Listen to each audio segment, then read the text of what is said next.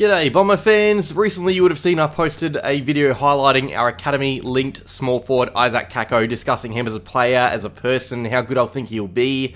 Today we're doing the exact same thing with our other academy boy, Jayden Nguyen. He's not as hyped as Kako, but I know that there would be many around more excited to hear about him just because less has been made about him. Some may not know what to expect from him, so that is what this video is. So let's get into it. Let's get a little deep dive going into a potential new recruit in Jayden Nguyen. Draft night is very soon, by the way. It's really crept up on us, so subscribe to stay tuned to the channel for that. I'll be trying to predict the players we'll draft in a couple of days, but let's get into this video first. So let's start by summarising Jayden Nguyen, not only as a player but as a person, because that's important. We want to draft guys that bring in good standards to the club. So Nguyen is part of our next generation academy. He is a versatile, smaller bodied defender who has shown the ability to play up on a wing or even in the guts late in the year as well. He raised eyebrows last season with some incredible underage performances for Calder Cannons, the same team as Isaac Kako, and that was enough for him to be a late injury replacement call-up to the AFL Academy to play games against VFL teams to start the year. And for those unaware, that is actually pretty big to be part of that academy. It means you're viewed as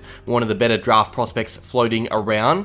To be fair, he did struggle with the pace in those games a bit, but I feel like that fueled him to perform for the rest of the year. He had a really strong season in the Talent League, finishing third in the Morris Medal. I believe he was the joint winner of our the Calder Cannons BNF as well. He played 14 games, averaged just under 19 disposals a match, but his best work really came after the season ended when he completely dominated at the state combine, proving his athleticism, which was not really a big feature of his game earlier, or at least a known feature. And even before that, he would run out with our VFL team in the last game of the season and raised eyebrows there. He was playing loose-ish and looked pretty decent, 16 touches and a goal. That was a good little entree for us to see him in the red and black. So as a player, a defender, Nguyen is hard at it. He's tenacious, some will say. He throws himself around, which I love, and that's the attitude he'll bring to training and game day next year. Nguyen was born in Australia, but both his parents are refugees from Vietnam, which is why he falls under our academy zone. Like I said with Kako, it would be really fun to have a player from different culture at the club. I don't know how many Vietnamese players have run around in the AFL, so if we do draft him,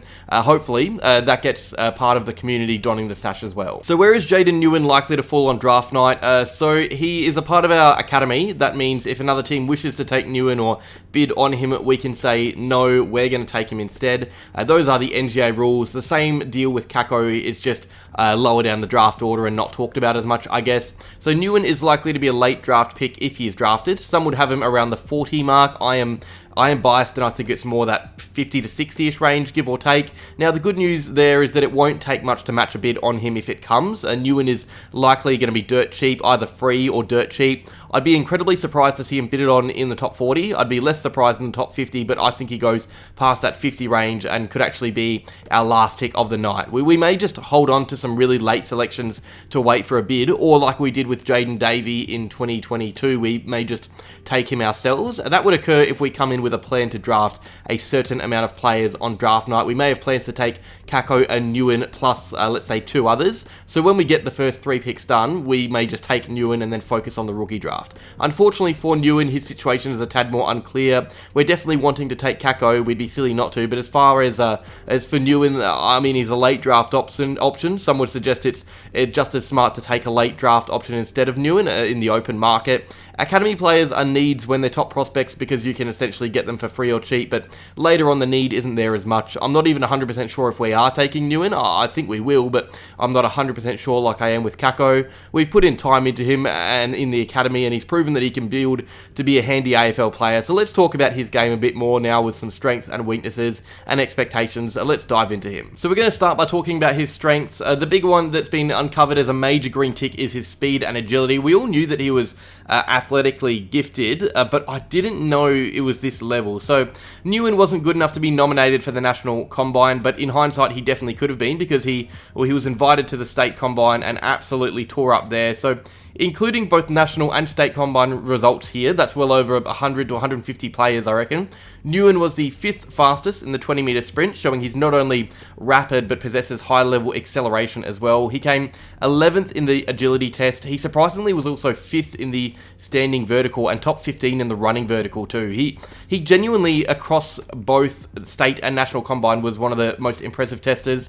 That is awesome. He's really athletic, especially on ground level. He is incredibly quick, incredibly agile. This is someone who would come into the side and almost be our fastest or one of our fastest players. And to match that, he has a terrific attitude on him. He's not only super competitive, but quite courageous as well. And I don't just mean throwing himself at the ball without regards for his body. He does that. I'm in with ball in hand as well. He's really not afraid to put himself in bad situations. That does tie into a weakness of his that I'll get to as well. But I really like when players this young possess no fear with ball in hand. It means that if they start to improve and get better and more skilled and drilled, that little edge will remain and become an ace up the sleeve, kind of like what you see with Adam Sard, who can always go for a run off half-back, even if he runs himself into trouble a bit. But Nguyen definitely plays above his size in that regard. He doesn't have a midfielder's body, but he's played through there through sheer work rate and determination alone. And finally, kicking, it's not the biggest strength. This isn't a Zach Merritt type kick, but Nguyen does use the ball fairly well for the most part, and that helps with his position. And we saw a tiny bit of that in VFL when he played with us to end the year. I was actually quite impressed with him in that game, because I watched him closely in the AFL Academy match earlier in the year when he wasn't great, but